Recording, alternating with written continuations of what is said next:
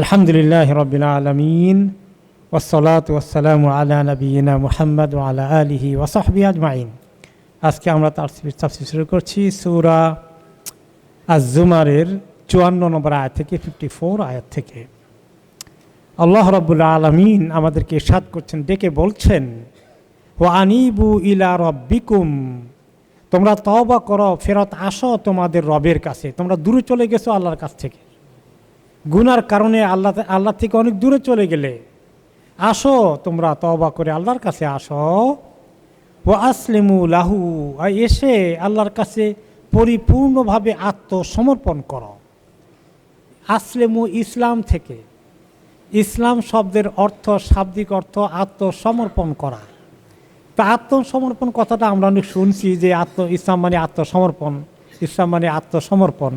তা আত্মসমর্পণ করতে আমরা দেখি যুদ্ধ হয়ে গেলে দুই গ্রুপের মধ্যে এক গ্রুপ পরাজিত হয়ে যায়, তখন কি করে? আত্মসমর্পণ করে। তাদেরকে আর মারা হয় না, তাদেরকে একটা লাইট শাস্তি দেওয়া হয়, অথবা বিদায় করে দেওয়া হয়, অথবা মুক্তি দেওয়া হয়। তো এই আল্লাহর কাছে আত্মসমর্পণ করা কি এইরকম নাকি? আমরা কি আল্লাহর সঙ্গে যুদ্ধ করছি নাকি? এখানে হচ্ছে এই আত্মসমর্পণের অর্থ হচ্ছে, যেটা ইংলিশে বলে সাবমিশন, ফুললি সাবমিটিং। আল্লাহ তাআলার কাছে মাথা অবনত করে দিয়ে যে, আল্লাহ আপনি যা বলবেন আমি তা করব। আপনার হুকুম যা আছে আল্লাহ আমি সবগুলো মানছি, সবগুলো মানব। আর আল্লাহ আপনি যেগুলো যেগুলো নিষেধ করেন একটাও করব না। এর নাম হলো আত্মসমর্পণ করা আল্লাহর কাছে। আর এটাই হলো ইসলাম, যে আপনার কোনো কিছুর আমি বরখেলাপ করব না, কোনো হুকুমের বাইরে যাব না। তো আনিবু, আমরা গুনাহ যখন করে আমরা আল্লাহ তাআলা থেকে দূরে চলে যাই। আর যখন তওবা করি, আরে সর্বনাশ, এত গুনাহ করে ফেললাম, এত মিথ্যা কথা বলে ফেললাম, এত অন্যায় কাজ করে ফেললাম, রিয়েলাইজ করে অনুতপ্ত তখন হই। এই অনুতপ্ত হয়ে মনের কষ্টে আল্লাহর কাছে যে চোখের পানি ফেলি, দোয়া করি, আল্লাহ আমি গুনাহ করে ফেলেছি, এটাই হলো আত্মসমর্পণ করা আল্লাহর কাছে। এবং এর মধ্যেই চলে আসে তওবা, যে আল্লাহ আমি অনেক গুনাহ করে ফেলেছি, এখন মাফ করেছেন।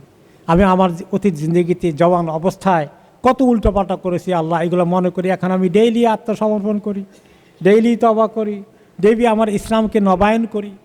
এইভাবে করতে আমরা যেন করি, এই কথা আল্লাহ তাআলা আমাদের কাছে চান, যে তোমরা এরকম করতে থাকো, তোমরা আল্লাহর কাছে চলে আসো, তার সমস্ত হুকুমকে মেনে নাও। এইভাবে করেই আল্লাহ তাআলার কাছে আমাদের সম্পর্ককে প্রতিদিন নবায়ন করতে হবে। প্রতিদিন গুনাহ করি, আবার আল্লাহর কাছে আমরা অনুতপ্ত হয়ে আসব।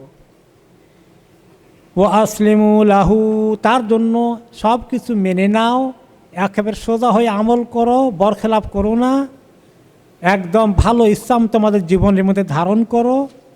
মিন ক্বাবলি আন ইয়াতিয়াকুমুল আযাব, তোমাদের কাছে আযাব চলে আসার আগেই এই কাজটা করে ফেলো। সুম্মা লা তুনসারুন, আর যখন আযাব চলে আসবে তুমি সাহায্যের জন্য চিৎকার করবে, তোমাকে সাহায্য করা হবে না। এখন এটা কখন হয়? এটা হলো যে দুনিয়াতে কোনো বড় বিপদ আপদ চলে আসতে পারে, আল্লাহ মাফ করুক, অনেক অ্যাক্সিডেন্ট হয়ে গেছে, হ্যাঁ, মরণাপন্ন অবস্থা সৃষ্টি হয়ে গেছে, এটাও হতে পারে। মৌতের সময় বিশেষ করে হয়, বিশেষ করে মৌতের সময় মানুষের আসল আযাবের সব কিছু চলে আসে। কারণ সাকারাতুল মৌতের মধ্যে কষ্ট আছে, কিন্তু একটা স্বাভাবিক কষ্ট। আর যারা বেশি গুনাহগার তাদের কষ্টের পরিমাণটা অনেক বেশি, ওইটা বড় আযাব হয়ে যায়। সাকারাতুল মৌতের মধ্যে অনেক আযাব হয়। তো ওই সময় তুমি চিৎকার করে যে আল্লাহ আমাকে সাহায্য করেন, আমি পারছি না, আর আল্লাহ আমাকে মুমিন হিসাবে কবুল করেন, আমি কাফের হিসাবে মরতে চাই না, এগুলো বলে তখন অনেক আর্তনাদ করবে মানুষ। আর কি বলবে? অনেক বলবে। কি বলবে একটু পরে আসতেছে, আবার সেদিকে একটু থামি। এখন হলো এই যে তওবা করা, আল্লাহর কাছে ভালো করে নিজেকে সুপর্দ করা, সব হুকুম মেনে নেওয়া, এটা আমরা এখনই করি। অনেকে আমাদের মধ্যে আছে এখনও নামাজ পড়ে না, আছে কিনা বলেন? আমাদের সমাজে আত্মীয় স্বজন, বন্ধু বান্ধব, কলিগ, পাড়া প্রতিবেশী। তো এখন তাদেরকে আপনি বলা উচিত, আমরা সবাই কি বলি? কিছু কিছু বলি, অনেক সময় বলি না, খামাখা মনে কষ্ট নেবে, সম্পর্ক নষ্ট হবে, বলবে তুমি বেশি হুজুর হয়ে গেছো নাকি। হ্যাঁ, এই একটু সংকোচ লাগে, এগুলো বলা ঠিক হবে, এইরকম মনে করা ঠিক হবে? বলতে হবে, না বললে তো সে বলবে যে আল্লাহ, এই লোকটা নামাজি ছিল, একসঙ্গে কাজ করেছি, প্রতিবেশী ছিল, অনেক দিনের সম্পর্ক ছিল, আমাকে মসজিদে সে একলাই যেত, আমাকে নিত না, আমাকে স্মরণ করিয়ে দেয় নেই, আপনি তো আসামি হয়ে যাবেন, আমি আসামি হয়ে যাব। তাহলে সে মৌতের সময় এইভাবে আল্লাহর কাছে আরাধনা করছে, আল্লাহ আমাকে একটু সময় দেন, আমি এক্ষুনি বেঈমান হয়ে মরতে চাই না, এই আমল ছাড়া মরতে চাই না, আল্লাহ আমি তো চিন্তাই করি না যে আজকে আপনি আমাকে ধরে ফেলবেন, আমাকে 2 বছর সময় দেন, 10 বছর দেন, হ্যাঁ 1 মাস দেন, আমি তওবা করি। কত কথা যে বলবে, কি যে বলে, আমরা কি শুনি নাকি? আমরা তার পাশে ঘিরে আছি, হসপিটালে হোক আর বাসায় হোক, আমরা তাকে দেখতে যাই, তার কি হচ্ছে, তার মেশিন লাগানো আছে, ডাক্তার আসছে, দৌড়াদৌড়ি করছে, তার সঙ্গে এখানে আল্লাহর সঙ্গে কি চলছে এগুলো বোঝার কোনো উপায় আছে আমাদের?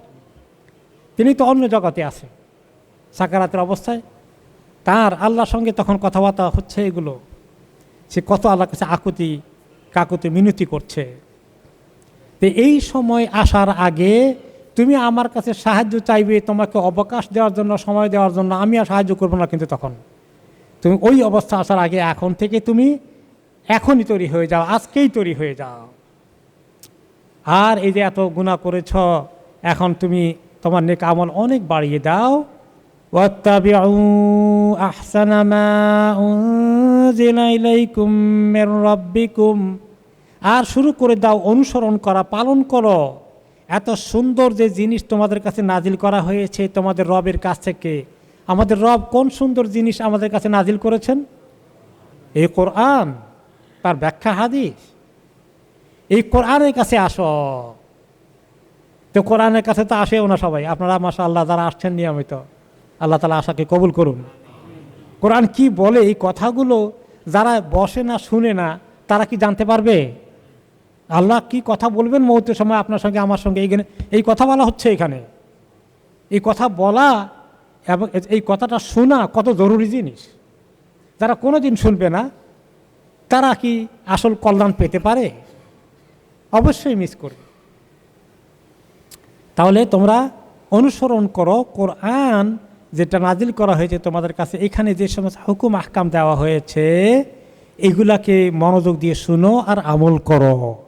তো এখন শুধু কোরআনের কথা বলেছে, হাদিস তো বলা হলো না। মা উনজিলা ইলাইকুম মির রাব্বিকুম, এই কথার মধ্যে কোরআনও আছে, হাদিসও আছে। যা তোমাদের কাছে নাজিল করা হয়েছে তোমাদের রবের উপর থেকে। এখন তানজিলুল কিতাব, এইটা তো সব এই সমস্ত নাজিলের কথা সরাসরি কোরআনের ব্যাপারে আসছে। ইন্না আনজালনাহু ফি লাইলাতুল কদর, কোরআনের কথা বলা হয়েছে। তো হাদিস তো এরকম নাজিল হলো, তো এইভাবে তো বলা হয় নাই। কিন্তু আসলে অনেক জায়গায় বলা হয়েছে অত্তবে মা ইউহা ইলাইকুম বা ইলাইহি, এই জাতীয় ওয়াহি যেগুলো করা হয়েছে। তো ওয়াহিদ, কোরআন হাদিস দুইটাই ওয়াহি, দোনোটাই আল্লাহর কাছ থেকে এসেছে। নবী করিম সাল্লাল্লাহু আলাইহি ওয়াসাল্লাম ওয়াহি পাওয়ার আগে, কোরআন পাওয়ার আগে কয়টা হাদিস বলেছেন? বলেছেন কোন হাদিস? কখন বলেছেন? কোরআন আসার পরে, নবুয়ত পাওয়ার পরে। কোরআনও আসছে, হাদিসও আসছে। কোরআন নাজিল হওয়ার একটা আলাদা প্রক্রিয়া আছে, ওয়াহি নাজিল হওয়ার, এবং সেটা ডাইরেক্টলি মানে আল্লাহর কাছ থেকে আসে। আর হাদিস এটা বিভিন্নভাবে আসে। কোনো কোনো সময় আল্লাহ তাআলা ওনার দিলের মধ্যে একটা কথা তুলে ধরেন, জিবরাইল আলাইহিস সালাম ওইটাকে নিয়ে আসতে হয় না, ওনার মনে আল্লাহ ছেড়ে দিয়েছেন, দিলে এসে গেছে, ওটা তিনি বললেন যে আল্লাহ এই কথা বলেছেন। কোনো সময় আবার জিবরাইল আলাইহিস সালাম ওহী নিয়েও আসে, ও হাদিসও নিয়ে আসেন কোনো সময়, আপনার রবে আপনাকে এই কথা বলেছে। তো এই উভয় রকমে আসে, কিন্তু পার্থক্য আছে যে কোরআন হলো মাতলু আর হাদিস হলো গায়ের মাতলু। কোরআন যেটা তেলাওয়াত করা হয়, যেটাকে আমরা তেলাওয়াতের নিয়তে খতম করি, পড়ি, প্রতি হরফে কয়টা করে নাকি কমপক্ষে 10টা করে, এগুলো সব কোরআনের জন্যে। কিন্তু হাদিস পড়লে সওয়াব আছে, কিন্তু কয়টা আছে এটার খবর নাই। আর হাদিস লাগবে, কারণ তিনি বলেছেন যে তোমার কাছে এই যে মা নুজিলা ইলাইহিম, যাদের কাছে যেটা নাজিল করা হয়েছে, আপনি সেটাকে আবার বয়ান করে বুঝাই দেবেন, সেটার জন্য হাদিস লাগবে। আল্লাহ তাআলা ওনাকে সেটা বিভিন্নভাবে ওনার মাইন্ডে ছেড়ে দেন, ওনার দিলে কথাগুলো চলে আসে, ওনার আন্ডারস্ট্যান্ডিংয়ের মধ্যে আল্লাহ এগুলো নিয়ে আসেন। এই জন্য এই দুইটাই কিন্তু আল্লাহর কাছ থেকে নাজিল হওয়া ওয়াহি। একটা তেলাওয়াত করা কোরআনের ওয়াহি, যেটা দিয়ে নামাজ হবে, আর একটা হলো গায়রে তেলাওয়াত করা হয় না, কিন্তু শরীয়তের অনেক হুকুম আহকাম আল্লাহ তাআলা হাদিসের মাধ্যমে আমাদের কাছে দিয়েছেন। মাগরিবের নামাজ 3 রাকাত, এটা কোরআন শরীফে আছে? কোথায় আছে? হাদিসে আছে। এগুলো কি নবী করিম সাল্লাল্লাহু আলাইহি ওয়াসাল্লাম নিজে বসে বসে বানিয়েছেন যে মাগরিব 3 রাকাত হওয়া দরকার, এসা 4 রাকাত করে ফেলো? না, সবই আল্লাহর কাছ থেকে এসেছে। তাহলে তোমরা এগুলোকে ভালো করে অনুসরণ করো। যারা কোরআনিস্ট আছে, কোরআনবাদী আছে, এক ধরনের লোক, অনেকবার বলেছি, এরা হাদিসকে বিশ্বাস করে না, তারা শুধু কোরআনকে বিশ্বাস করে। ওরা কি মুসলিম হবে? এটা মোটেই মুসলিম না। তাহলে এইভাবে কোরআন হাদিসকে অনুসরণ করো, আমল করো, বুঝো, চর্চা করো, নিজের জীবনে প্রয়োগ করো। মিন কাবলি আন ইয়াতিয়াকুম আযাবু বাগতা, হঠাৎ করে তোমাদের কাছে আযাব আসার আগে, হঠাৎ করে মৌতের সাকারাত আসার আগে, হঠাৎ করে এই পানিশমেন্ট দিয়ে আল্লাহ তোমাদেরকে দুনিয়া থেকে নিয়ে যাবেন। ওয়া আনতুম লা তাশউরুন, টেরই পাবে না কোন সময় কোনখান দিয়ে তোমার মৌত আসলো, কোন দিন আসবে, কয়টার সময় আসবে, আমরা কে জানি? কেউ জানি না। বাড়িতে আসবে না বাইরে আসবে, ঘরে আসবে না, হ্যাঁ, দেশ থেকে লন্ডন আসতেছেন, প্লেনে মারা গেছেন, এরকম ঘটনা শোনেন নাই মাঝে মাঝে? হ্যাঁ, প্লেনে মারা যাবে, কবে লিখছেন আল্লাহ এগুলো? সৃষ্টির 50,000 বছর আগে লিখে রাখছেন কে প্লেনে বসে মারা যাবে।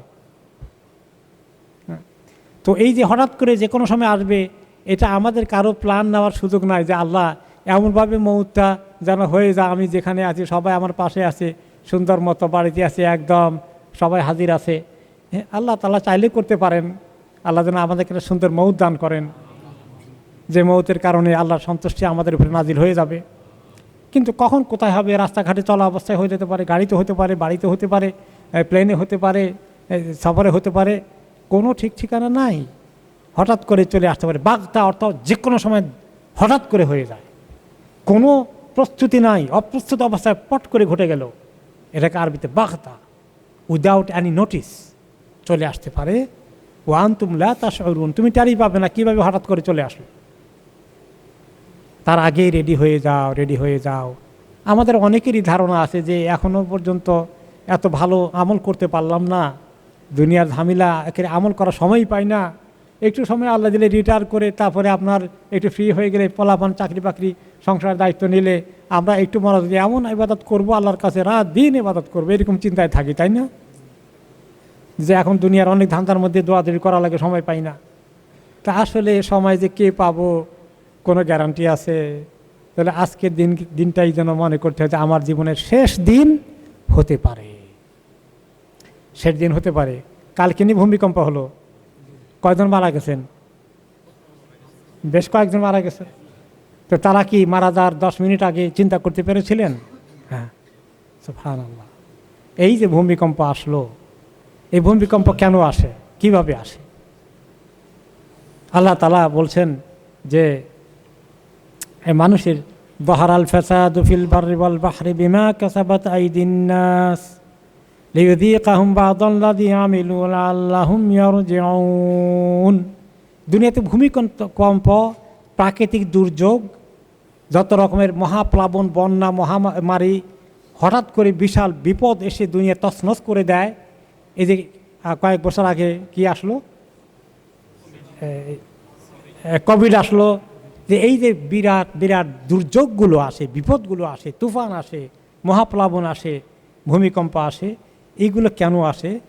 যে এই দুনিয়ার মধ্যে মানুষের যখন কি করে, বিমা কাসাবাত আইদিন নাস, মানুষের হাতের কামাই, তাদের গুনার ফল, এবং এরকম একটা বড় বিপদ দিয়ে পৃথিবীর মানুষকে আল্লাহ তাআলা ওয়ার্নিং দিচ্ছেন, সাবধান করছেন, সতর্ক করছেন। কিছু কিছু ভিডিও টিপস এসেছে যে কিছু আলেমরা বোধহয় টিভিতে আলোচনা করছিলেন, তারা ওই সময় কালিমা পড়ছেন, আল্লাহর কাছে দোয়া করছেন, লা ইলাহা ইল্লাল্লাহ মুহাম্মাদুর রাসূলুল্লাহ পড়ছেন। যেভাবে দুলতেছিল, টিভিতে বসে প্রোগ্রাম করতেছেন, দুলছিল, তাই না? এভাবে দুলছে, সুবহানাল্লাহ, কি আর্তনাদ, কি চিৎকার মানুষের। আর কিছু মারাই গেল, কিন্তু যেভাবে হওয়ার কথা ছিল আল্লাহ তালা এত শত শত হাজার হাজার মানুষ মরে নাই। আল্লাহ তালা একটা ছোটোখাটো ওয়ার্নিং দিয়েছেন আমাদের জাতিকে। আমাদের জাতি কোন দিকে ছুটছে?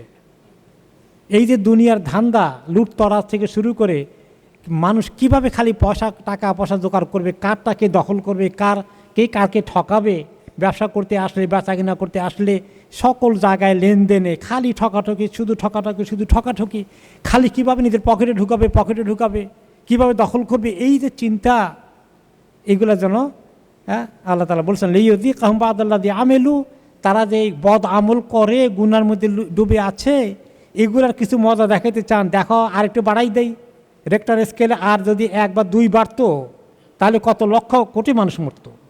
ঢাকা শহরে এইভাবে যে বিল্ডিংয়ের সঙ্গে বিল্ডিং লাগানো, মানে এক একটা কমপ্লেক্সের মধ্যে মানে 5-10 হাজার লোক মরতে পারে, সোজা কথা, হাজার হাজার লোক মরে যাবে। আমাদের জাতিকে শিক্ষা নিতে হবে না? এই মহা একটা সিগন্যাল থেকে এটা একটা সিগন্যাল দেওয়া হয়েছে। আল্লাহ তাআলা যেন আমাদের জাতিকে তৌফিক দান করেন। যত রকমের এই সমস্ত দুনিয়াবি ধান্দাগুলো আছে, একে অপরকে ঠকাতে চাই, কিভাবে কার টাকা কে পকেটে ঢুকাবো, কে কাকে ঠকাবো, এই যে একটা সাংঘাতিক দুনিয়াবি প্রতিযোগিতা লিপ্ত আছে, সুদ ঘুষ থেকে শুরু করে, এগুলো থেকে সরে আসার জন্য আল্লাহ তাআলা ওয়ার্নিংগুলো দিয়েছেন আমাদেরকে। সরে আসতে হবে এবং কিয়ামতের দিকে আমরা এগিয়ে যাচ্ছি। যে লা তাকুমুস সাআ হাত্তা ইউকবাদাল ইলম, কিয়ামত অনুষ্ঠিত হবে না যতক্ষণ পর্যন্ত এলেম উঠে না যায়। দুনিয়ার মধ্যে এলেম উঠে যাবে, মানুষ এলেম শিখবে টিকবে না, আস্তে আস্তে একসময় কোরআন শরীফে এর থেকে লেখা উঠে যাবে একদম ফাইনালি, সাদা কাগজ পড়ে থাকবে কোরআনের, আর লেখা টাকা নাই। তার আগে মানুষ এলেম শিখবে না, এলেম থেকে দূরে থাকবে, দুনিয়ার ধান্দা নিয়েই ব্যস্ত থাকবে। যারা দুনিয়ার ধান্দায় আছে আর এই কারটা দখল করবে, কার হক নষ্ট করবে, কার বিরুদ্ধে দুশ্মনী করবে, এইগুলো নিয়ে যারা ব্যস্ত থাকে, তারা তাদের আল্লাহর দিকে আসার কোনো চিন্তা তাদের মাথায় কখনো উদয় হয়? কখনোই হয় না। তো তারা যেন সতর্ক হয়। এই ভূমিকম্প থেকে যেন আমাদের জাতি শিক্ষা নেয়।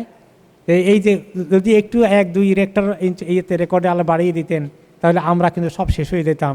তো আল্লাহ তাআলা আমাদের হায়াতের মধ্যে এক্সটেনশন দিয়েছেন, মেহেরবানি করেছেন, দয়া করেছেন।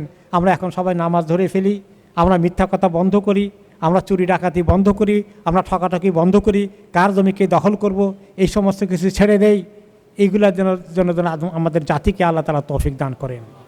দেশে যখন যাবেন নিজের আত্মীয় স্বজনকে এগুলো বুঝাবেন, সব তো দুনিয়ার ধান্দা নিয়ে ব্যস্ত আছে, এগুলো বলবেন যে দেখো এগুলো ছেড়ে দাও, এগুলো সব ফেলে তুমি চলে যাবে, আরেকজনের জায়গা দখল করে বাড়ি টাড়ি বানিয়ে যাও, তোমার ছেলেদেরকে হারামের মধ্যে রেখে যাও, আগুনের মধ্যে রেখে যাও, তোমার কপালেও আগুন, তাদের কপালেও আগুন, সাবধান করেন। তো দুনিয়ার মধ্যে কিয়ামতের আগে কি হবে? এলেম উঠে যাবে, এলেমের ইন্টারেস্ট লোকের মধ্যে থাকবে না, দিনের এলেম শিখতে আসবে না। ও তাকসিরুল জালাজেল, অনেক বেশি ভূমিকম্প হতে থাকবে, একটা পরে একটা ভূমিকম্প হতেই থাকবে। ও ইয়াতাকারাবুজ জামান, আর সময়ের মধ্যে কোনো বরকত থাকবে না, সময় যেমন একদম কমে যায়।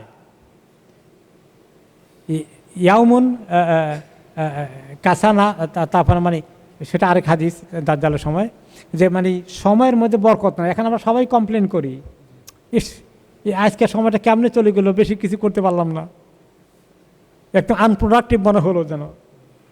তো এই কমপ্লেন করতে থাকি, এত তাড়াতাড়ি সময় হয়ে গেছে, এত তাড়াতাড়ি আজান দিয়ে ফেলছে মাগরিবের, ইয়া আল্লাহ।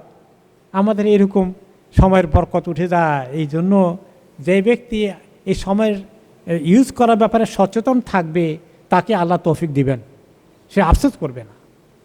আমাদেরকে এই সচেতনতা, আমার আল্লাহর কাছে আমল করার জন্যই এই জীবনে সুযোগ আছে, মরে গেলে আর কোনো দিন আমলের জন্য আল্লাহ আমাকে সুযোগ দেবেন না, আমি চেষ্টা করি। ওয়াতাযহারুল ফিতান, তাহলে সময় এভাবে কমে আসবে কিয়ামতের আগে, আর ফিতনা বাড়বে, ফিতনা অনেক বাড়বে। আর ফিতনা কি? মারামারি, কাটাকাটি, হানাহানি, রক্তপাত বেড়ে যাবে, অনেক রক্তপাত বাড়বে, খুন খারাপি অনেক বাড়বে, কথায় কথায় মেরে ফেলতেছে, এই 2-4 টাকা নিয়ে ঝগড়া হয়েছে, মেরে ফেলছে, এরকম হয় না? কত খবর দেখবেন পত্রিকা খুললে, কোন দিন খবর পাওয়া যায় না যে একটা এরকম উল্টাপাল্টা খুন হয় নাই। এভাবে মানে সাধারণ কথার মধ্যে মানুষকে মার্ডার করে ফেলতেছে। তো এই ফিতনার দিকে আমরা যাচ্ছি। এখন আমাদের নিজেদেরকে, পরিবারকে গড়ে তোলা, আমাদের জাতিকে, আত্মীয় স্বজনকে যদ্দূর পারা যায় এই কথাগুলো কনভে করা, পৌঁছানো, যারা যারা এই কথাগুলো শুনবেন, নিজেরা আমরা যেন আমল করি, আমরা যেন আল্লাহর দিকে আসি, তওবা ইস্তেগফার বাড়িয়ে দেই। আর দুনিয়া যত রকমের ফন্দি আছে মানুষকে ঠকানোর জন্য, এগুলো থেকে সরে আসি, নিজে সৎ মানুষ হয়ে যাই, হালাল হারামে বেঁচে চলি, আল্লাহর দিকে আসি, নামাজগুলো ঠিকমতো পড়ি, কোরআন তেলাওয়াত পড়ি, শুনি, শিখি, ইসলামের আলোচনাগুলো শিখি, এলেম বাড়াই, এলেম উঠিয়ে যাওয়ার আগে এই কাজগুলো করি। নিজে এলেম শিখলে ছেলে মেয়েকে শেখানো যায়, তাদের মাধ্যমে নাতি নাতিন শিখবে। আর যে ব্যক্তি নিজে এলেম শিখে না, এলেমের চর্চা করে না, তার কপাল পড়া, তার ছেলে মেয়েদের কপাল পড়া, তার নাতিপুতিরও কপাল পড়বে। আর এগুলোর জন্য তারা সবাই কমপ্লেন করবে কি আমাদের দিন, আমাদের মুরব্বীরা কিছু সেখানে, তাদেরকে আগে ধরেন আল্লাহ, আমাদের সামনে শাস্তি দেন, আমরা তাদেরকে আমাদের পায়ের নিচে জাহান্নামে মারাবো। কেন আমাদেরকে দিন শিখায় নাই? কেন আমাদেরকে নেককার বানাই নাই? কেন আমাদেরকে নামাজি বানায়নি? কেন আমাদেরকে দুনিয়া আমরা তার জোগাড় করে নিয়ে আসছি, ওগুলা পেয়ে খুব খুশি হয়ে গেছে, ঘুষ খেয়ে নিয়ে আসছি, বাড়ি করে ফেলেছি, খুব খুশি হয়েছে। কিন্তু ঘুষ খাই যে একদিনও বলে নাই বাবা মা, বাবা ঘুষ খাবো না, কি খবরদার, হারাম, আগুন। তাহলে আমাদের অনেক দায়িত্ব আছে, আমরা এত সহজে আল্লাহ তাআলা ছেড়ে দেবেন না। তো এইভাবে তোমরা তোমাদের আযাব আসার আগেই তোমরা রেডি হয়ে যাও। আযাব আসলে কি হবে, তখন আমরা কীরকম আর্তনাদ করব, কীরকম পেরেশানি করব, ওই কথা আল্লাহ তাআলা বলছেন। আন তাকুলা নাফসুন ইয়া হাসরাতা আলা মা ফাররাতু ফি জামবিল্লাহ ওয়া ইন কুনতু লামিনাস সাখিরিন। তখন সে আফসোস করে বলবে, এক একটি রূহ, এক একটি আত্মা, এক একটি নাফস বলবে, ইয়া হাসরাতা, হায় রে আমার আফসুস, হায় আফসুস আমার, হায় আফসুস, হায় আফসুস, আলা মা ফাররাতু ফি জামবিল্লাহ, আল্লাহর বিষয়ে, আল্লাহর হুকুম মানার ক্ষেত্রে আমি যে কি জঘন্য মিস্টেক করেছি, ত্রুটি করেছি, কি সর্বনাশ করেছি আমি আল্লাহর বিষয়ে, সর্বনাশ করে ফেলেছি, সর্বনাশ করে ফেলেছি। তার আফসোস শুরু হয়ে গেছে, তার সাকারাত চলছে, তার আফসোস চলছে। আর আমরা তাকে একটু পানি খাওয়াই, কালেমা পড়াই, কিসমতে থাকলে কালেমা পড়বে, কিসমতে না থাকলে পড়বে। যদি আমল যদি খারাপ হয়, যাতেই বলেন, আপনি বললেও তার মুখে দিয়ে আসবে না। তখন সে চিৎকার করবে, তার চিৎকার আমরা শুনবো না। সে এখন তার চিৎকার গায়েবী জগতে চলে গেছে, এখন থেকে সেটা দুনিয়ার জগৎ থেকে আল্লাহ সরিয়ে নিয়ে গেছেন। তার এই যে কষ্ট হচ্ছে, তার যে কত চিৎকার সে করছে, আমরা কিছুই শুনছি না। সে আল্লাহর সঙ্গে অনেক কথা বলছে। কোন মাইয়েতের কাছে বসে ইন্তেকাল হয়ে গেছে, আপনি কোনো কথা শুনতে পেয়েছেন? আপনি শুনবেন না। তার যখন হুঁশ চলে যায়, সাকারাত চলে, তখন তার অন্য ওয়ার্ল্ডের কানেকশন হয়ে যায়। আল্লাহর সঙ্গে কানেকশন কাটে না কখনো, আরও ডাইরেক্ট কানেকশন হয়ে যায়। কিন্তু আমাদের সঙ্গে সম্পর্ক কেটে গেছে তার আগেই। সে যখন আহাজারি করছে, তাকুলা নাফসুন ইয়া হাসরাতা, নাফস কি যে আফসোস করে বলে, হায় রে আমার আফসোস, হায় আফসোস আমার, আলা মা ফাররাতু ফি জামবিল্লাহ, আল্লাহর বিষয়ে যে আমি কত জঘন্য ত্রুটি করেছি, কি জঘন্য পাপ কাজ করেছি, আল্লাহ থেকে কত দূরে চলে গিয়েছি, সর্বনাশ করেছি, আমি হালাক হয়ে গেলাম। সুম্মা লা তুনসারুন, তখন তুমি আর্তনাদ করবে, কিন্তু তোমার কথা শোনা হবে না, তোমাকে সাহায্য করা হবে না। কাজে ওয়াত্তাবিউ মা উনজিলা ইলাইকুম মির রাব্বিকুম, তুমি অনুসরণ করো এখনই, আজকে থেকে শুরু করো তোমার রবের কাছ থেকে যা কিছু নাজিল করা হয়েছে। মিন ক্বাবলি আন ইয়াতিকুমুল আযাব, আযাব আসার আগে, ওয়া আনতুম লা তাশউরুন, তুমি তখন কিছু টের পাবে না। আন তাকুলা নাফসুন ইয়া হাসরাতা আলা মা ফাররাতু ফি জামবিল্লাহ ওয়া ইন কুনতু লামিনাস সাখিরিন, যে তুমি তখন আফসোস করে বলবে, হায় হায় আল্লাহর বিষয়ে আমি কি খামখেয়ালি করেছি, কি অসতর্কতায় ছিলাম, কি সর্বনাশ করেছি। ওয়া ইন কুনতু লামিনাস সাখিরিন, এমনকি কোনো সময় আমি এগুলো নিয়ে উপহাস করেছি, টিটকারি করেছি। অনেক যারা তথাকথিত খুব উপরে লেভেলে পৌঁছে গেছেন, অনেক বড় লোক হয়ে গেছেন, তাদের মধ্যে যদি কেউ একজন নামাজ পড়ে, এই তুই মোল্লা হয়ে গেলি নাকি রে, উপহাস করবে না, টিটকারি করবে না? তুই দাঁড়িয়ে রেখেছিস, আস্তাগফিরুল্লাহ, কী করলি এটা? এরকম একটা ছেলে বাড়িতে এরকম মেয়ে যদি পর্দা করে তাহলে পরিবারের মানুষ চলে গেল। এই হলো উপরে তারা লোকদের দুরবস্থা। তাদের অবস্থা, তারা কি আর্তচিৎকার করে মৌতের সময়। যদি ছেলে মেয়েরা জানতো তাহলে তো তারা শিখতো কিছু, যে সর্বনাশ, মা বাবা ভুল করেছে, আমরা একটু লাইনে আসি। কিন্তু আল্লাহ সেটা জানার সুযোগ দিবেন না। এই এই ধরনের কিছু অলৌকিক কিছু দেখাবেন না আল্লাহ তাআলা। অলৌকিক কিছু দেখাইয়া আমাদেরকে হেদায়েতে নেবেন নাকি? কোরআন হাদিসকে আল্লাহর উপরে ঈমান এনে আমল করে করে হেদায়েত পেতে হবে। কোনো মিরাকল দেখাইয়া আমাদেরকে আল্লাহ নেবেন না। মিরাকল হচ্ছে কোরআন হাদিস, এগুলোর মধ্যে আসতে হবে। ওয়া ইন কুনতু লামিনাস সাখিরিন, যে কথা থেকে গিয়েছিলাম, যে আমি মাঝে মধ্যে এগুলো নিয়ে উপহাস করেছি, টিটকারি করেছি, আমি মোল্লা হয়ে গেলি নাকি এরকম মনে করেছি। ইসলামকে আমি একটা ব্যাকডেটেড মনে করেছি। এখনও বলে 1400 বছর আগের সমাজ ব্যবস্থা তো আমাদের এই আধুনিক সমাজে দুনিয়া কত এগিয়ে গেছে, চলবে না। এটা সব বেঈমান হয়ে যায়, মোরতাদ হয়ে যায় যারা এই কথা বলে। এদের ঈমান থাকে না, তওবা না করলে এরা কাফের হয়ে মরবে। যারা বলে যে 1400 বছর আগের ইসলাম দিয়ে দুনিয়া চলতে পারে না। আল্লাহ তাআলা কোরআনকে নাজিল করেছেন, ইসলামকে দিয়েছেন, কিয়ামত পর্যন্ত সভ্যতা যতই উপরে, যতই টেকনোলজি আবিষ্কার হয়, সব কিছু কোরআনের সঙ্গে হাদিসের সঙ্গে চলতে পারবে। আর এই আধুনিকতার নামে দিন থেকে চলে যাওয়ার যে টেন্ডেন্সি আমাদের শিক্ষিত সমাজে, বড় বড় ইউনিভার্সিটিগুলোতে তারা বিভিন্ন প্রফেসর হিসাবে আছে, ইন্টেলেকচুয়াল, সাহিত্য, সাংবাদিকতা, বুদ্ধিজীবীর মহলে, এদের কাছে এত বুদ্ধি আছে যে দিন রাখার কোনো জায়গায় নাই মাথার মধ্যে। শয়তানের বুদ্ধি দিয়ে ভর্তি হয়ে আছে, আর তারাই হয়ে গেছে বুদ্ধিজীবী। যে আল্লাহকে চিনে না সে বুদ্ধিজীবী হতে পারে? সেটা আহমাক নাম্বার 1, বেওকুফ। যে তার সৃষ্টিকর্তাকে চিনল না আর তাকে বলা হয় বুদ্ধিজীবী। এদের অনেকেই নাস্তিক, মোরতাদ, কেউ স্বীকার করে, কেউ স্বীকার করে না। কারণ স্বীকার করে ফেললে সবাই আবার তাকে বলবে নাস্তিক। একটুখানি ধর্মীয় গোছের লোকেরা তাকে বেশি পছন্দ করবে না, তো ওইটা আয়োজন স্বীকার করে না, ভিতরে ভিতরে মুনাফিকি করে লুকিয়ে রাখে। আর কিছু আছে তারা ড্যাম কেয়ার। এদের বিচরণ কোথায় বেশি? সাহিত্য, শিল্পে, সাংবাদিকতায়, এই সমস্ত টপ লেভেলের জায়গার মধ্যে বসে আছে। আর ইউনিভার্সিটির বিভিন্ন প্রফেসররা বসে বসে আমাদের ছাত্রদের মগজ ধোলাই করে। হ্যাঁ, তো এইভাবে মুসলমানরা এই গোমরাহের দিকে চলে যায়। তারা আফসোস করবে, ইয়া হাসরাতা, হাই আফসোস, আলামা ফাররাতু ফি জামবিল্লাহ, আল্লাহর বিষয়ে যে আমি কি কত কমতি করেছি, কি ত্রুটি করেছি, কি সর্বনাশ করেছি আমাকে।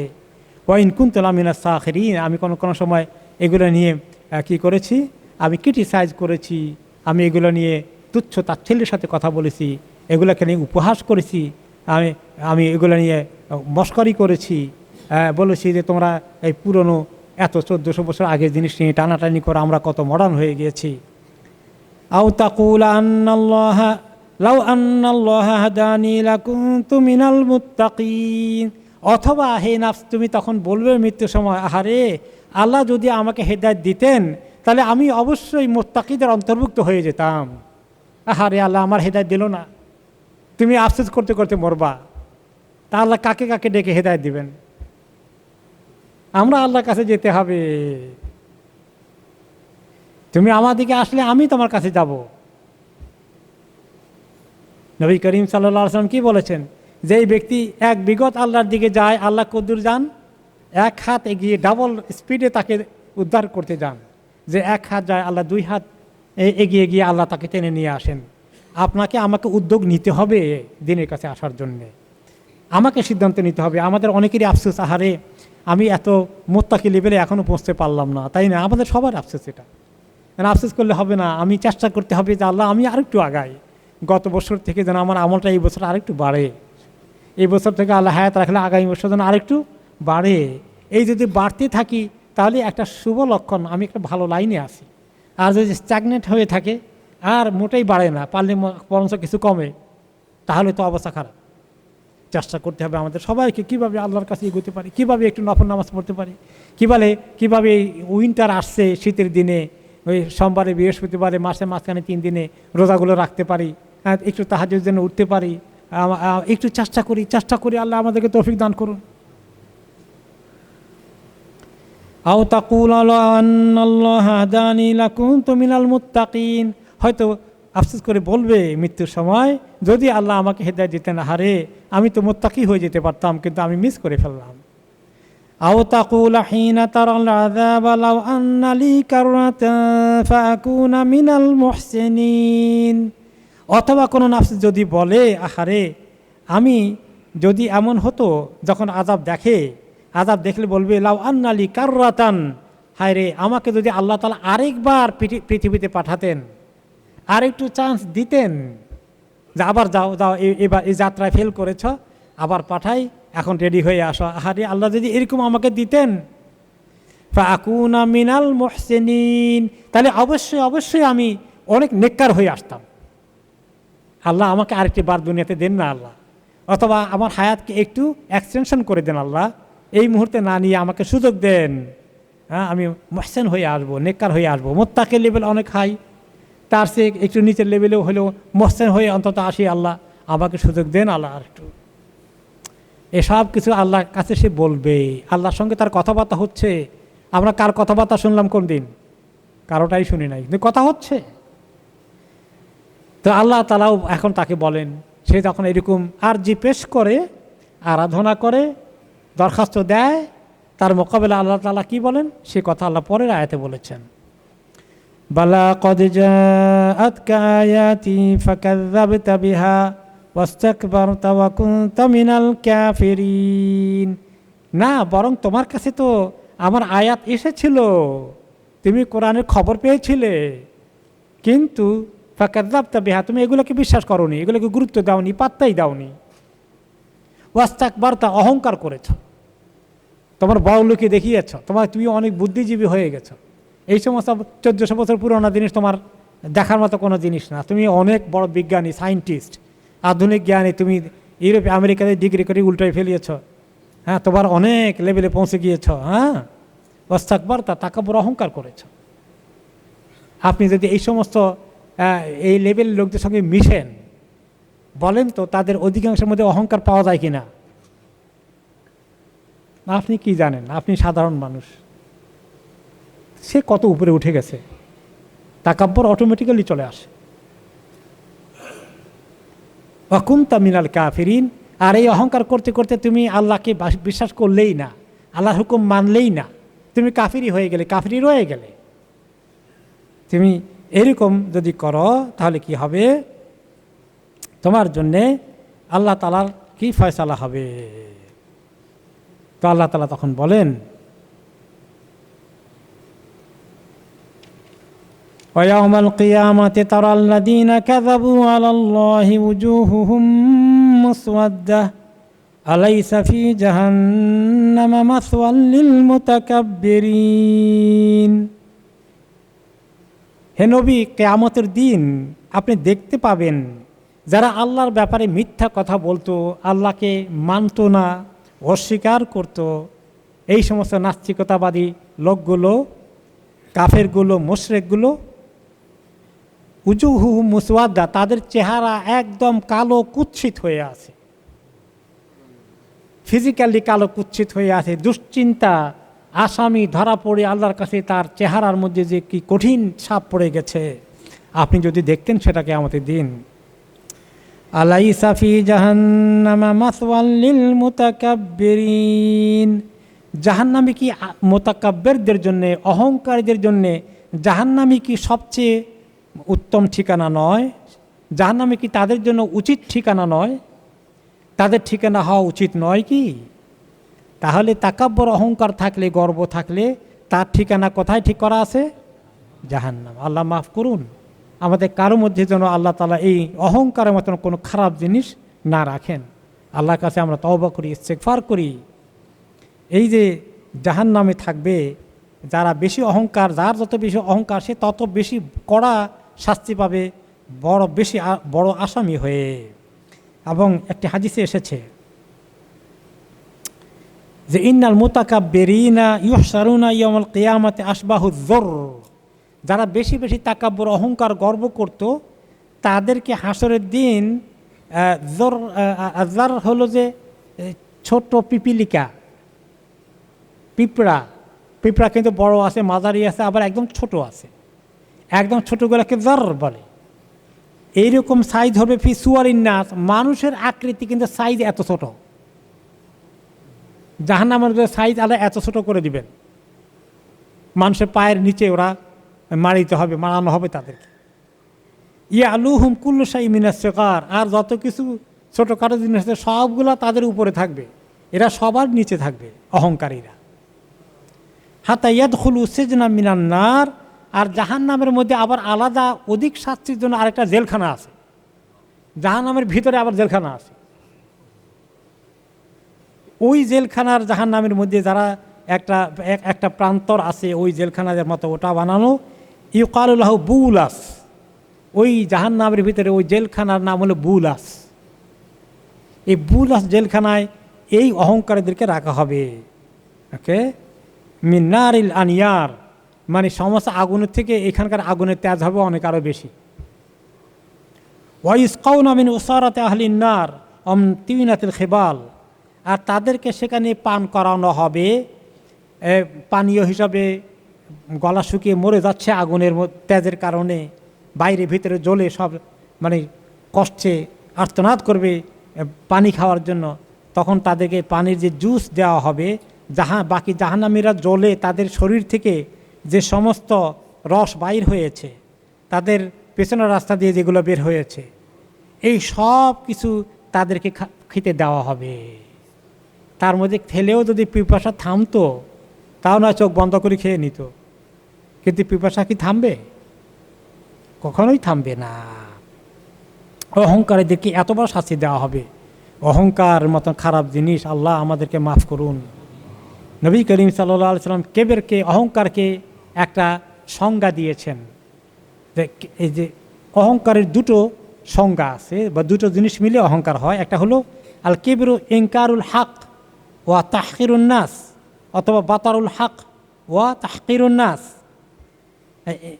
অহংকারের আসল জিনিস হচ্ছে যে হককে মানতে অস্বীকার করা, হকের কাছে আত্মসমর্পণ করবে না, আর মানুষকে ছোট মনে করবে, হেয় মনে করবে সে অনেক উপরে উঠে গেছে।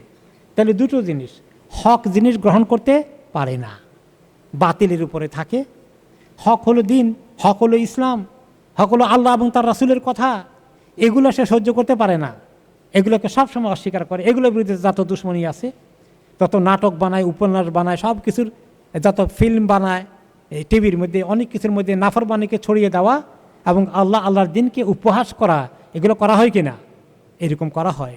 এই বুদ্ধিজীবীরা, সাংস্কৃতিক জগতে যারা আছে, সাংবাদিকতা যারা আছে, এদের মধ্যে ব্যাপক অংশ কি নাস্তিক। শুধু নাস্তিক নয়, ইসলামের দুশ্মনী করে তারা, সুযোগ পেলে ইসলামের দুশ্মনী করে। আন্তর্জাতিক ইসলামের দুশ্মনদের সঙ্গে তাদের কানেকশন। এরা এই ইনকারুল হক, হককে কখনো তারা মানবে না। আর মানুষকে তারা মনে করে তারা বুদ্ধিজীবী, সাধারণ মানুষের কোনো বুদ্ধি আছে নাকি? এদের মাথায় কিছুই নাই। তারা এদেরকে সব বুদ্ধি দিয়ে, সাহিত্য, সংস্কৃতি ইত্যাদি দিয়ে তাদেরকে নাচাবে, তাদেরকে তারা আপনার উল্টা দিকে নিয়ে যাবে। এই কাজগুলো তারা করেন সারাদিন। পত্র পত্রিকা, মিডিয়া, এগুলোর মধ্যে ইসলামের পক্ষে বেশি না বিপক্ষে বেশি? বিপক্ষে বেশি। এরা এই সব নাস্তিক অথবা নাস্তিকদের অনুসারী, হয় নাস্তিক অথবা নাস্তিকের অনুসারী, তাদের সঙ্গে তারা ইসলামের দুশ্মনী। নাস্তিক হওয়া মানে ইসলামের দুশ্মন। কিন্তু এই নাস্তিকেরা আমাদের দেশে হিন্দু ধর্মেরও দুশ্মনী করে না, খ্রিস্ট ধর্মেরও দুশ্মনী করে না, বৌদ্ধদেরও দুশ্মনী করে না। দুশ্মনী কোনটার করে? ইসলামের দুশ্মনী করে। তাদের কাছে কোনো দিন শুনবে না। হিন্দু ধর্মে যেখানে জীবন্ত নারীকে পোড়ানো হতো,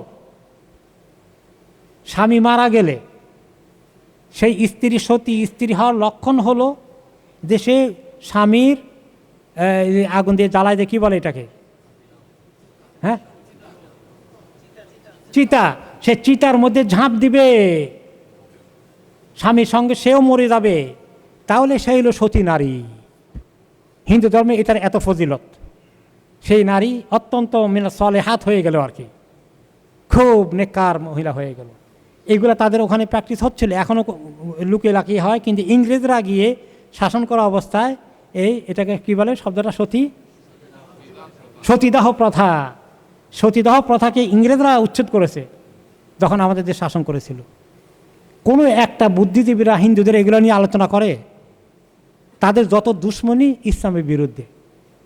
নারীদেরকে অধিকার দেওয়া হয় না, নারীদেরকে সবাইকে সামনে দেখাও, নাচাও, মিছিলের মধ্যে নিয়ে আসো, সামনে সব কিছু রাখো, অফিসে আদালতে লিপস্টিক দিয়ে রিসেপশনে সবার আগে শুধু মহিলা বসাও। এইগুলো না করলে মানে পশ্চাৎপদতা, ব্যাকওয়ার্ডনেস, এগুলো না করলে মৌলবাদী হয়ে গেল। তো এই রকম যারা করে এরা মোতাকাব্বের, এদের গর্ব অহংকার আল্লাহর সঙ্গে তারা এগুলো লড়াই করে, গর্ব অহংকার ওদের বেশি, আল্লাহর দুশ্মনী করে, তারা হককে অস্বীকার করে আর মানুষকে ছোট মনে করে। বুদ্ধি নাই, তাদের বুদ্ধি আছে। তো এই বুদ্ধিমান এই লোকগুলা তারা মনে করে মোতাকাব্বের, তাদের জন্য জাহান্নামের ওই কঠিন ঠিকানা আল্লাহ রেডি করে রেখেছেন, জাহান্নামের জেলখানা তাদের জন্য বরাদ্দ করা হচ্ছে। আল্লাহুম্মা আজিরনা মিনান নার। আর মুমিনদের কি অবস্থা হবে? তারা সত্যিকার আল্লাহর হুকুমকে মেনে চলে, তাদের সুসংবাদ আল্লাহ তাআলা দিচ্ছেন। ওয়ায়ুনাজ্জিল্লাহুল্লাযীনা ইত্তাকাউ বিমাফাযাতিহিম লা ইয়ামাসসুহুমুস সূউ ওয়া লা হুম ইয়াহজানুন।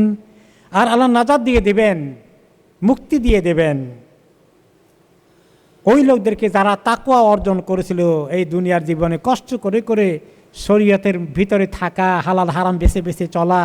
সমস্ত অফিসাররা সুদ খায়, আর একজন মুত্তাকি অফিসার বসে আছেন, তিনি সুদ খান না। সবার ইনকাম ডবল, 3 গুণ 5 গুণ হয়ে যাচ্ছে, বাড়ি হয়ে যাচ্ছে। সেই বেচারার নুন আনতে পান্তা ফুরায়, কষ্ট হচ্ছে। হ্যাঁ, ঈদে চাঁদে ছেলে মেয়েদেরকে নতুন কাপড় দিতে পারেন না, বাজার করতে খুব হিসাব করে করতে হয়, আর তারা খুব তালে ঝালে খাচ্ছে, তাদের শরীরের চর্বি বাড়ছে, আর সে বেচারা শুকনো হয়ে যাচ্ছে। হ্যাঁ, তো এই যে কষ্ট করে করে সংগ্রাম করে করে দিনের উপরে টিকে টিকে যারা মুত্তাকি হয়েছে, তাদেরকে আল্লাহ তাআলা নাজাত দিয়ে দিবেন, নাজাত দিয়ে দিবেন এই জাহান্নাম থেকে। আর বিমাফাযাতিহিম, তাদেরকে কামিয়াবি দান করবেন, সফল করে দেবেন।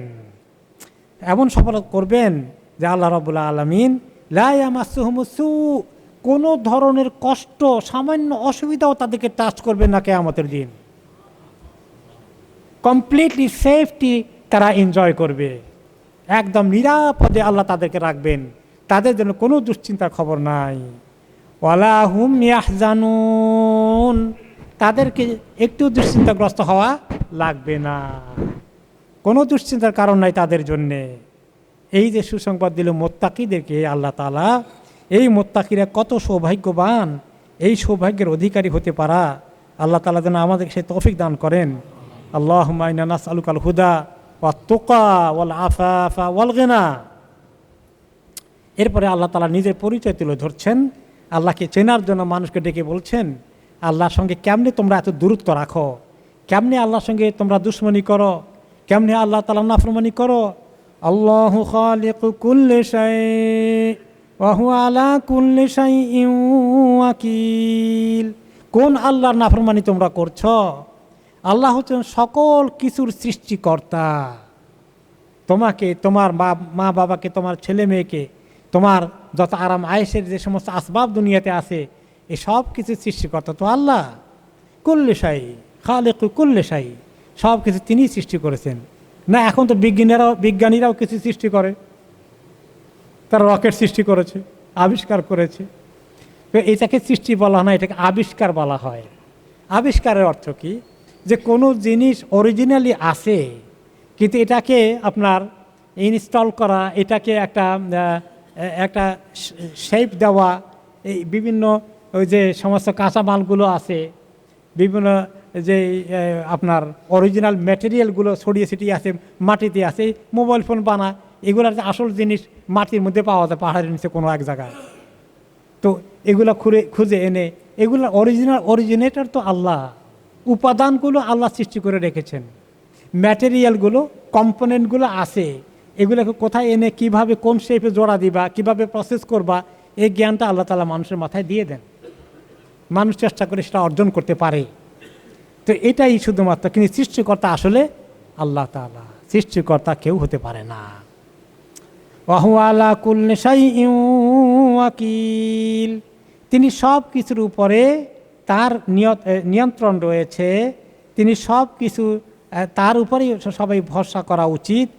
তিনি ছাড়া আর কারো এরকম কোনো ক্ষমতা নাই, সমস্ত ক্ষমতা তারই হাতে কেন্দ্রীভূত। দুনিয়াতে অনেক ক্ষমতা আমরা দেখি, পুরো দেশের ক্ষমতা পকেটে ঢুকে গেছে, কুন ফায়াকুন মতো হয়ে গেছে মনে হয় যেন, ভাবখানা এরকম। কিন্তু এই কুন ফায়াকুন শেষ করতে আল্লাহর কতক্ষণ লাগে? আল্লাহ বলেন কুন বি, হয়ে যাও, ফায়াকুন, তখন হয়ে যায়। এটা আমাদের দিব্য চোখে দেখার আল্লাহ সুযোগ দেন কিনা টাইম টু টাইম। সুবহানাল্লাহ। তাহলে এখন সর্বময় কর্তৃত্ব কার হাতে? আল্লাহর হাতে। আমাদের সংবিধানের লেখা আছে এই আপনার হ্যাঁ হ্যাঁ সমস্ত ক্ষমতার উৎস জনগণ। এটা তাওহীদ না শিরক? আরে কোন দেশে বসবাস করেন শিরক আপনার সংবিধানে আছে?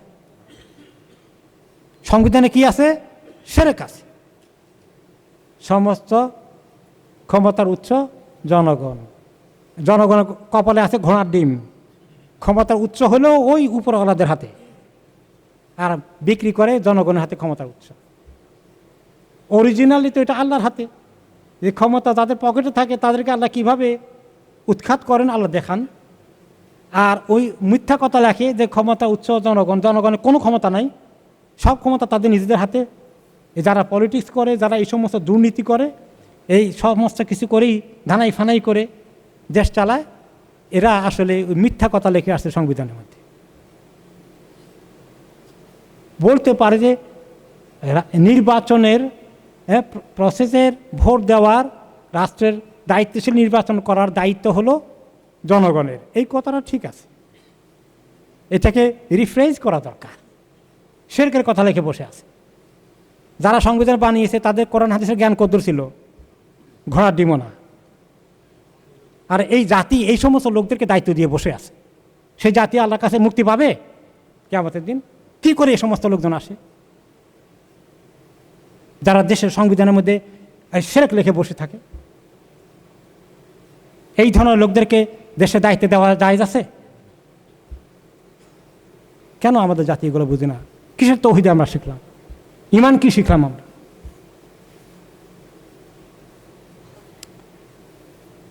লাহু মাকালিদুস সামাওয়াতি ওয়াল আরদ। আল্লাহ তৌহিদের কথা, তার ক্ষমতার কথা আল্লাহ বলছেন। দুনিয়ার মানুষগুলো আল্লাহর সঙ্গে ক্ষমতার চ্যালেঞ্জ করে। লাহু মাকালিদুস সামাওয়াতি ওয়াল আরদ। আকাশ জমিনের সমস্ত ক্ষমতার চাবিকাঠি, সমস্ত ক্ষমতার চাবিকাঠি তার হাতে, একমাত্র আল্লাহর হাতে। ওয়াল্লাযীনা কাফারু বিআয়াতিল্লাহি উলাইকা হুমুল খাসিরুন। আর যারা এইভাবে আল্লাহর আয়াতগুলোর সঙ্গে কুফরি করে, এরা হচ্ছে মহা ক্ষতিগ্রস্ত, সর্বনাশে লিপ্ত। তারা আল্লাহর আয়াতকে তারা কি করে? মানতে অস্বীকার করে। কুফরি অর্থ কি? মানতে অস্বীকার করা। অরিজিনালি আরবিতে কুফরি অর্থ অস্বীকার করা। তার মানে আল্লাহর হুকুমটাকে মানতে অস্বীকার করা না হলো কুফর। এখন যদি বলে ইসলাম হলো 1400 বছরের পুরানো আগের জিনিস, এটা দিয়ে আধুনিক সমাজ চলতে পারে না, এই কথাটা কি তৌহিদের কথা না কুফরির কথা? এই সমস্ত লোক, যেই সমস্ত লোকেরা এই কথা উচ্চারণ করে, তাদের নামাজ জানাজা পড়ানো জায়েজ আছে? তাদের জানাজা পড়াও জায়েজ নেই।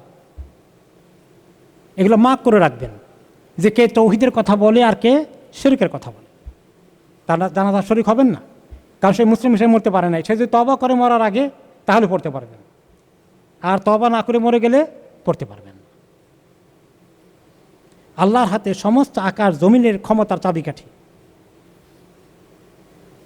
কুলিল্লাহুম্মা মালিকাল মুলকি তুতিল মুলকা মান তাশা ওয়া তানজিউল মুলকা মিম্মান তাশা। সুবহানাল্লাহ, কি স্পষ্টভাবে আল্লাহ তাআলা বলে দিয়েছেন। আপনি বলেন আল্লাহুম্মা মালিকাল মুলক, হে আল্লাহ যিনি সর্বময় ক্ষমতার অধিকারী। মালিকুল মুলক অর্থ কি? সর্বময় ক্ষমতার অধিকারী।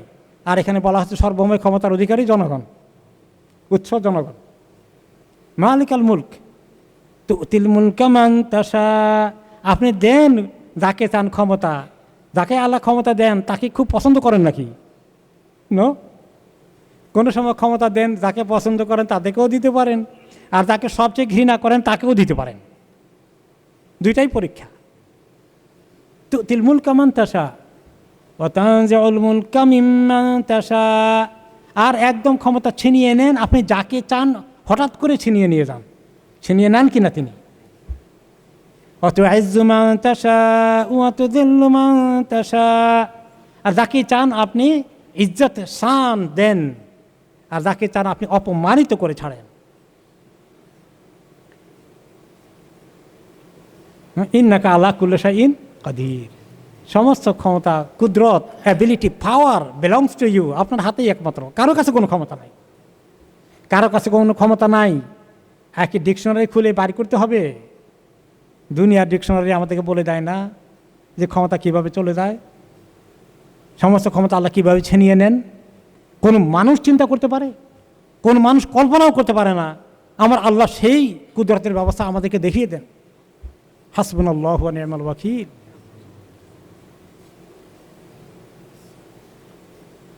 ওয়াল্লাযীনা কাফারু বিআয়াতিল্লাহি উলাইকা হুমুল খাসিরুন। এভাবে যারা আল্লাহর আয়াত নিয়ে কুফরি করে, মানতে অস্বীকার করে, উল্টোপাল্টা কথা বলে, আল্লাহর আয়াত নিয়ে, ইসলাম নিয়ে, ইসলামকে পশ্চাৎপদ বলে, এই জাতীয় কথা বলে যারা, উলাইকা হুমুল খাসিরুন, ক্ষতিগ্রস্ত তারাই হবে। দুনিয়াতে ক্ষতিগ্রস্ত হয় কেউ, দুনিয়াতে ক্ষতিগ্রস্ত হওয়ার আগেই আল্লাহ নিয়ে যান, কিন্তু দুনিয়াতে ক্ষতিগ্রস্ত হওয়ার আগে যদি আল্লাহ আখিরাতে নিয়ে যান, তাহলে সেখানে তো মহা ক্ষতিগ্রস্ত হয়ে যাবে। তো আল্লাহ রাব্বুল আলামিন বলছেন, কুল আফাগাইরাল্লাহি তা'মুরুন্নি আ'বুদু আইয়ুহাল জাহিলুন। হে জাহেলরা, তোমরা কি বলতে চাও আমাকে যে আমি যেন আল্লাহকে বাদ দিয়ে অন্য কাউকে ইবাদত করি, এই কথা বলতে চাও মূর্খরা আমাকে? আল্লাহ তাআলা বলছেন যে আল্লাহর হুকুম বাদ দিয়ে অন্য কারো ইবাদত করা, অন্য কারো হুকুম মানা, এইটা হলো জাহেলরা বলে আল্লাহর হুকুম অনুযায়ী চলবে না, দুনিয়ার অনেক ডেভেলপমেন্ট হয়ে গেছে, প্রোগ্রেস হয়ে গেছে, এইটা অনুযায়ী চলবে। এরা আল্লাহ তাআলা বলছেন জাহেল, মূর্খ। যে ব্যক্তি আল্লাহকে চেনে না, তার কোরআন হাদিসের জ্ঞান নেই, এর চেয়ে বড় মূর্খ আর কেউ হতে পারে না। তো আল্লাহকে বাদ দিয়ে অন্য কারো হুকুম মানা, অন্য কারো তরিকায় চলা, অন্য কারো ইবাদত করা, এগুলোর দিকে তুমি আমাকে বলো হে জাহেলরা। মক্কার জাহেলরা বলতো নবী করিম সাল্লাল্লাহু আলাইহি সাল্লামকে, আমাদের এত মাবুদ আছে, আমরা আমাদের বাপদাদা সবাই ইবাদত করে আসছি, তাদের তরিকায় চলে আসছি, তুমি এগুলা কেন বাপদাদা ধর্ম ছেড়ে দিলে? এগুলোর মধ্যে আসো, তুমি ধর্মচ্যুত হয়ে গেছো। তারা ওনাকে বলতো কি, যখন ইসলাম দাওয়াত দিয়েছেন, ধর্মত্যাগী, ধর্মচ্যুত। তো এই কথা তারা বলতো ওনাকে, অথচ উনি তাদেরকে এই ধর্মের নামে অধর্ম থেকে উদ্ধার করার জন্য দাওয়াত দিচ্ছেন, তারা তাকে উল্টো বলছে। ওয়ালাকাদ উহিয়া ইলাইকা ওয়া ইলাল লাযীনা মিন ক্বাবলিকা লাইন আশরাকতা লায়াহবাতান্না আমালুক ওয়া লাতাকুনান্না মিনাল খাসিরিন। আপনি বলেন যে হে নবী, ওয়ালাকাদ উহিয়া ইলাইকা, হে নবী আপনার কাছে নিশ্চয়ই ওহী করা হয়েছে, ওয়া ইলাল লাযীনা মিন ক্বাবলিকা, এবং আপনার আগে যত নবী এসেছেন সবাইকে ওহী করা হয়েছে। কি ওহী করা হয়েছে? ওহী করে কি খবর দেওয়া হয়েছে? লাইন আশরাকতা, তুমি যদি শিরক করো, লায়াহবাতান্না আমালুক, তোমার কোনো ভালো আমল থাকলে সব বরবাদ হয়ে যাবে। ওয়া লাতাকুনান্না মিনাল খাসিরিন, তুমি অত্যন্ত মহা ক্ষতিগ্রস্ত হয়ে যাবে। যদি শিরক থাকে তাহলে তুমি সর্বনাশ হয়ে গেল তোমার। শিরক ছাড়া অন্য গুনাহ থাকলে আল্লাহ তাআলা চাইলে মাফ করে দিতে পারেন, কিন্তু শিরক করা অবস্থা কখনো আল্লাহ মাফ করবেন না, মরে গেলে শিরক নিয়ে। তাহলে এই শিরকের দিকে নিয়ে যায়। তখন বলে যে রাষ্ট্র পরিচালনা হবে এই আধুনিক জমানা রাষ্ট্রবিদদের ফর্মুলা অনুযায়ী, বিভিন্ন তরিকায়, বিভিন্ন পন্থীতে, এখানে কোরআন হাদিসে কোনো দরকার নাই, তাহলে এরা মুশরিক, এদের মধ্যে তৌহিদ নেই, এরা মুশরিক। এই জন্য মুশরিকদের জানাজা পড়া জায়েজ আছে না। আপনি হিন্দুর জানাজা পড়বেন, খ্রিস্টানের জানাজা পড়বেন, তো যে ব্যক্তি মুসলমানদের ভিতরে ডিক্লেয়ার করে যে সে ইসলামকে অপছন্দ করে, আল্লাহকে মানে না, আল্লাহর উপর তার ঈমান নাই, এই কথাবার্তা এটা বোঝায়, তাহলে সেও কিন্তু মুশরিক হয়ে যায়, তার জানাজা পড়া ঠিক নয়। তাহলে শিরক করার কারণে তাদের আল্লাহ তৌফিক দেবেন না। সব মহাক্ষতিগ্রস্ত হয়ে যাবে। বালিল্লাহ ফাবুদ ওয়াকুম মিনাশ শাকিরিন, বরঞ্চ একমাত্র আল্লাহ, তারই ইবাদত করুন, তাওহীদের ইবাদত করুন। ওয়াকুম মিনাশ শাকিরিন, আর আল্লাহর শুকর গুজার হন যে আল্লাহ তাআলা আপনাকে তৌহিদ দিয়েছেন। আমরা যে তৌহিদ পেয়েছি এই জন্য আল্লাহ শুকর আদায় করবে না? আলহামদুলিল্লাহ যে আল্লাহ রব্বুল আলামিন তৌহিদ বুঝার তৌফিক দিয়েছেন, তৌহিদকে ধরে রাখার তৌফিক দিয়েছেন। এখন একটা আমাদের দুই তরিকায় আমাদের দেশে শিরক বেশি করে আসে। এক তরিকা হলো মাদারগুলোর তরিকায়, আরেক তরিকা হলো পলিটিক্যাল লাইনে, পলিটিক্সের তরিকায়। এই দুই তরিকা শিরক। তো মাদারের তরিকা এটা মনে হলো যে মানদাতা আমলের পচা জিনিস, গান্দা।